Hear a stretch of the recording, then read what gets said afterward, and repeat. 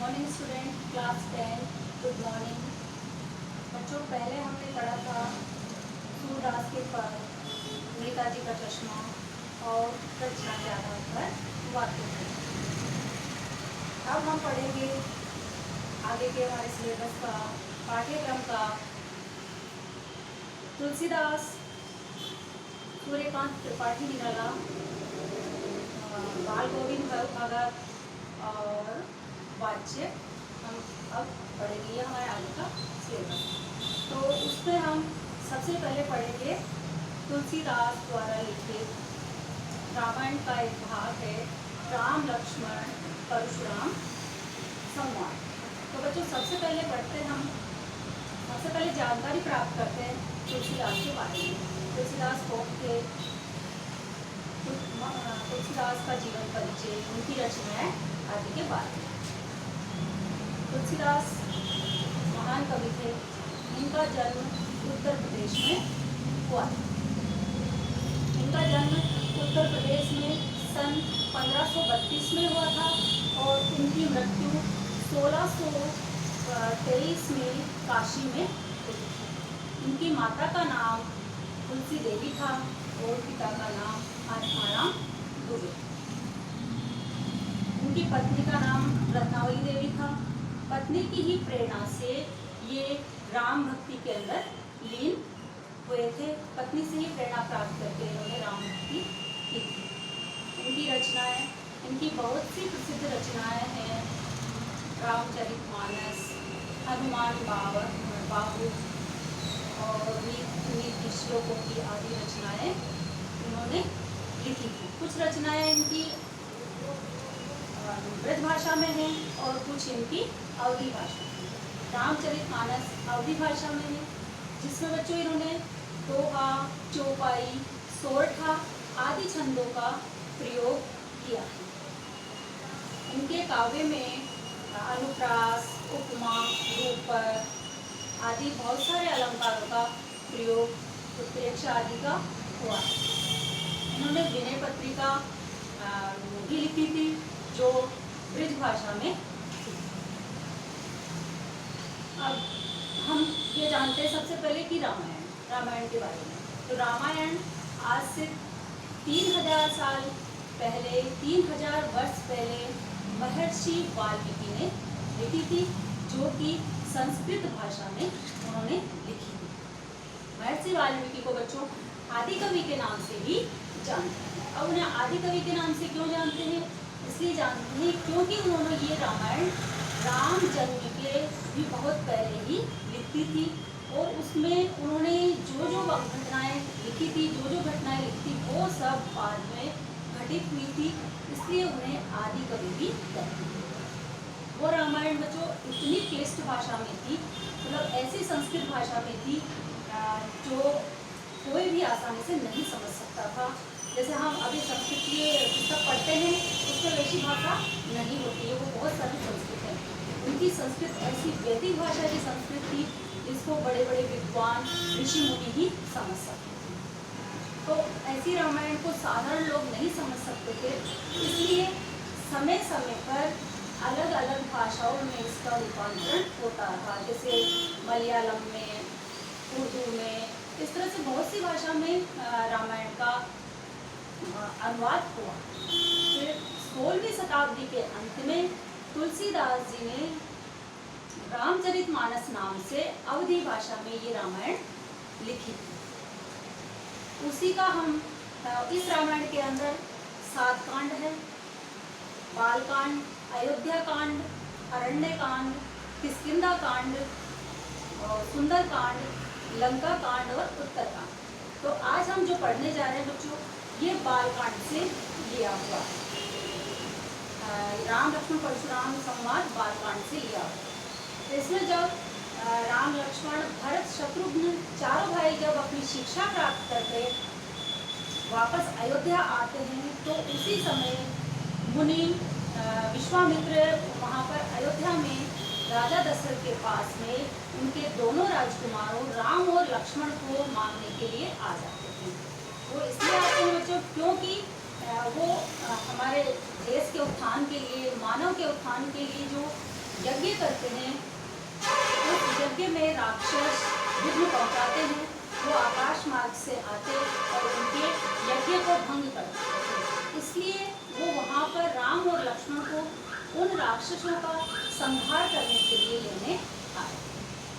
राम लक्ष्मण विश्वामित्र के साथ चले जाते हैं और वहाँ पर राक्षसों का संहार करते हैं। विश्वामित्र का यज्ञ पूर्ण होता है और उसी समय राजा जनक अपनी पुत्री सीता का स्वयंवर करते हैं। उस स्वयंवर में वो एक अनूठी प्रतियोगिता रखते हैं। एक बहुत पुराना शिव जी का धनुष था जो जनकपुरी में था, क्योंकि इस धनुष पर जो प्रत्यंचा चढ़ाएगा, डोरी बांधेगा, उसी से मैं अपनी सीता का, अपनी कन्या का विवाह करूँगा। हर जगह उन्होंने निमंत्रण भेजे, सभी जगह जगह के राजाओं को बुलाया। वहाँ पर उस स्वयंवर में 10,000 राजा। उस समय उन्होंने विश्वामित्र को भी आशीर्वाद देने के लिए आमंत्रित किया। विश्वामित्र जब वहाँ जनकपुरी में पधारे, जनकपुरी में आए, तो विश्वामित्र के साथ में अयोध्या के दोनों राजकुमार राम और लक्ष्मण भी आए। वहाँ स्वयंवर के अंदर 10,000 राजाओं ने कोशिश की, वो धनुष पे प्रत्यंचा चढ़ाने की बात तो बहुत दूर की थी, धनुष को हिला भी नहीं पाए। अब जनक बहुत हताश, निराश हो गए थे, बहुत परेशान थे, दुखी थे। तब विश्वामित्र ने राम की ओर इशारा किया और राम उनका संकेत सुनकर के बच्चों तुरंत उठे और जाकर के गुरु का आशीर्वाद लिया, जनक का आशीर्वाद लिया और जाकर के वो वहाँ पर धनुष को जैसे ही उन्होंने उठाया प्रत्यंचा चढ़ाने के लिए, तो हाथ लगाते ही वो धनुष भयंकर गर्जना के साथ टूट गया। धनुष की गर्जना बच्चों इतनी तेज थी कि आकाश पाताल सब जगह पर, धरती लोक में सब जगह उसकी आवाज़ बहुत भयंकर सुनाई दी। वो धनुष परशुराम के गुरु शिव जी का था। तो परशुराम ने जैसे ही वो आवाज़ सुनी, आकाश मार्ग से वो उत्साह करते हुए अपने परसे को लेकर के वहाँ पर जहाँ स्वयंवर हो रहा था वहाँ पर आ गए और राजा जनक को पर क्रोधित होते हुए, उनको ललकारते हुए वो कहते हैं कि हे मूर्ख जनक, ये धनुष किसने तोड़ा है।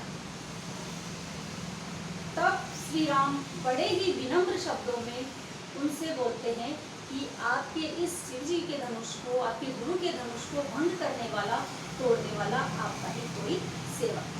बच्चों वही आज हम अब इस चौपाई में पढ़ने जा रहे हैं। सबसे पहले तो हम पढ़ेंगे इसके कठिन शब्द।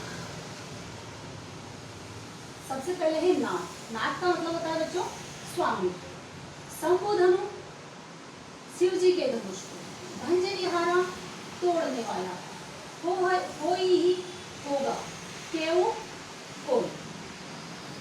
आयेशु आए हो, काह किस, कही है किस, या बताइए, मोही मुझे। रिसाई क्रोध या गुस्से में, ओही क्रोधिनी। सेवक, सेवक का अर्थ बच्चों सेवक, सो वही होता है। अरिकरणी शत्रुता का कार्य करने वाला। लड़ाई लड़ाई। रिपु, रिपु का मतलब होता है शत्रु, मोरा मेरा। बिलगांव, बिलगांव का अर्थ होता है बाहर। जेहाई जाएंगे। रिस होता है क्रोध, गोसाई गोस्वामी। धनुई छोटे छोटे धनुष। लड़काई बचपन में। रिस क्रोध। भृगुकुल केतु, भृगुकुल के पताका के समान। भृगु है ऋषि है जो परशुराम के पिता है। केतु ध्वज पताका, भृगुकुल में सबसे श्रेष्ठ, विदित जानता है। ये सारे बच्चों इसके शब्दार्थ थे। अब हम इस चौपाई का भावार्थ करते हैं। नाथ शंभुधनु भंज निहारा, कोई ही केऊ एक दास तुम्हारा। इसमें परशुराम के सामने प्रार्थना करते हुए विनम्र स्वर में राम बोल रहे हैं। जब परशुराम ने कहा था कि ये धनुष किसने तोड़ा है, तो राम राम कह रहे हैं कि हे स्वामी, शिव जी के धनुष को तोड़ने वाला वो यह क्यों एक दास तुम्हारा, कोई आपका ही एक सेवक होगा, आपका ही कोई एक सेवक होगा जिसने इस शिव जी के धनुष को तोड़ा है। आय सुकाह कहिए किन मोही, सुनि रिसाई बोले मुनि कोही। राम कह रहे हैं कि आप किस कारण से आए हैं, आपका क्या उद्देश्य है, वो आप मुझे कह करके बताइए। आप किस कारण से आए हैं, आपका क्या उद्देश्य है, आप मुझे कह करके बताइए। सुनि रिसाई बोले मुनि कोही।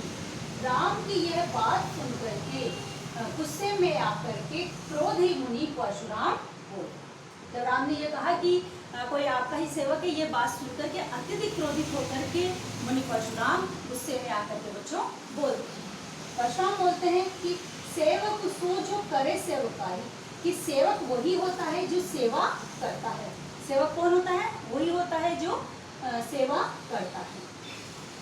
अरे करनी करे करिए लड़ाई, आप लोगों ने तो शत्रुता का कार्य करके मुझसे लड़ाई की है, अर्थात मुझसे बेर मोल लिया।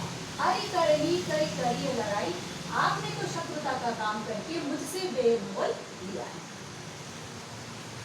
सुनो राम जिनि शिव धनु तोड़ा, सहस बाहु समसो रिपुरा। फिर से परशुराम बोल रहे राम से कि हे राम सुनो, जिसने भी ये शिव जी का धनुष तोड़ा है, राम सुनो, जिसने भी ये शिव जी का धनुष तोड़ा है, सहस्र बाहु राजा के समान वो मेरा शत्रु है।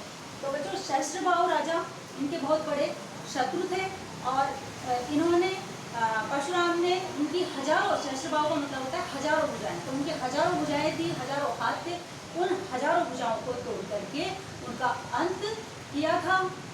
और उन्होंने ये प्रतिज्ञा ले ली थी कि मैं अब इस पृथ्वी को क्षत्रियों से शून्य कर दूंगा, अर्थात इस पृथ्वी पर राजपूतों को नहीं रहने दूंगा। तो वो सहस्त्रबाहु राजा के समान मेरा शत्रु है, अर्थात उसने इतना ही जघन्य अपराध किया है जितना सहस्त्रबाहु ने किया। सो बिलगाव बिहाई समाजा, वो समाजा राजाओं का समाज, राजाओं की सभा से बाहर आ जाए।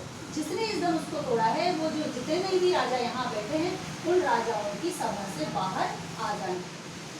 नत मारे जेहई सब राजा, नहीं तो सारे के सारे राजा मारे जाएंगे। या तो वो अलग हो जाए, इस सभा से बाहर आ जाए, नहीं तो क्या होगा बच्चों कि मैं सभी राजाओं को मार दूंगा। ऐसा परशुराम राम को धमकाते हुए कह रहे हैं कि जिसने भी इस धनुष को तोड़ा है वो इस सभा से बाहर आ जाए, नहीं तो मैं सभी को मार दूंगा।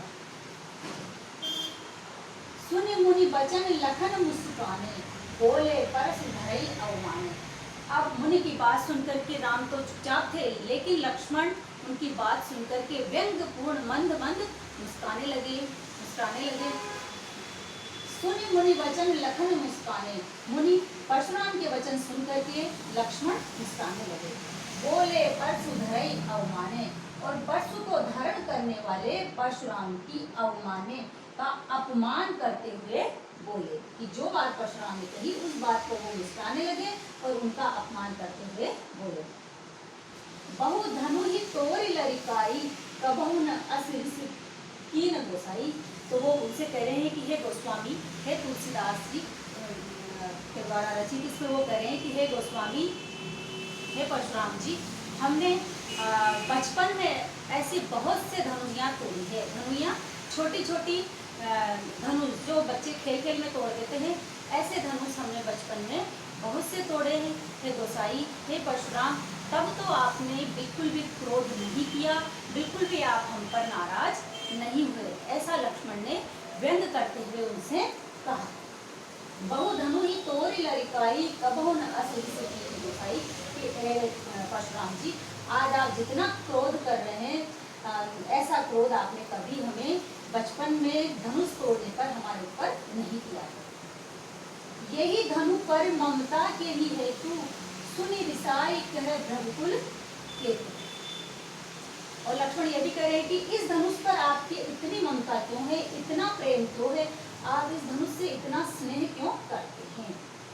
लक्ष्मण के ये सारे वचन सुन करके बच्चों, ये सारी बात जब लक्ष्मण ने कही तो सुन करके सुनी रिसाई कह रघुकुल केतु, उनकी बात सुन करके गुस्से में आकर के रघुकुल की पताका के समान परशुराम बोले। रघुकुल केतु रघुकुल में श्रेष्ठ, परशुराम के पिता का नाम महर्षि भृगु था और भृगु के वंशज थे ये, तो इसलिए और उस भृगु ऋषि के कुल में ये सबसे श्रेष्ठ थे। अच्छा, पताका यानी कि ध्वजा, झंडा जो भी है सबसे ऊंचा होता है, वैसे ही ये भी सबसे अपने कुल में सबसे श्रेष्ठ थे। सबसे श्रेष्ठ में इनकी, महान में, योद्धा में, वीर में इनकी गिनती आती थी।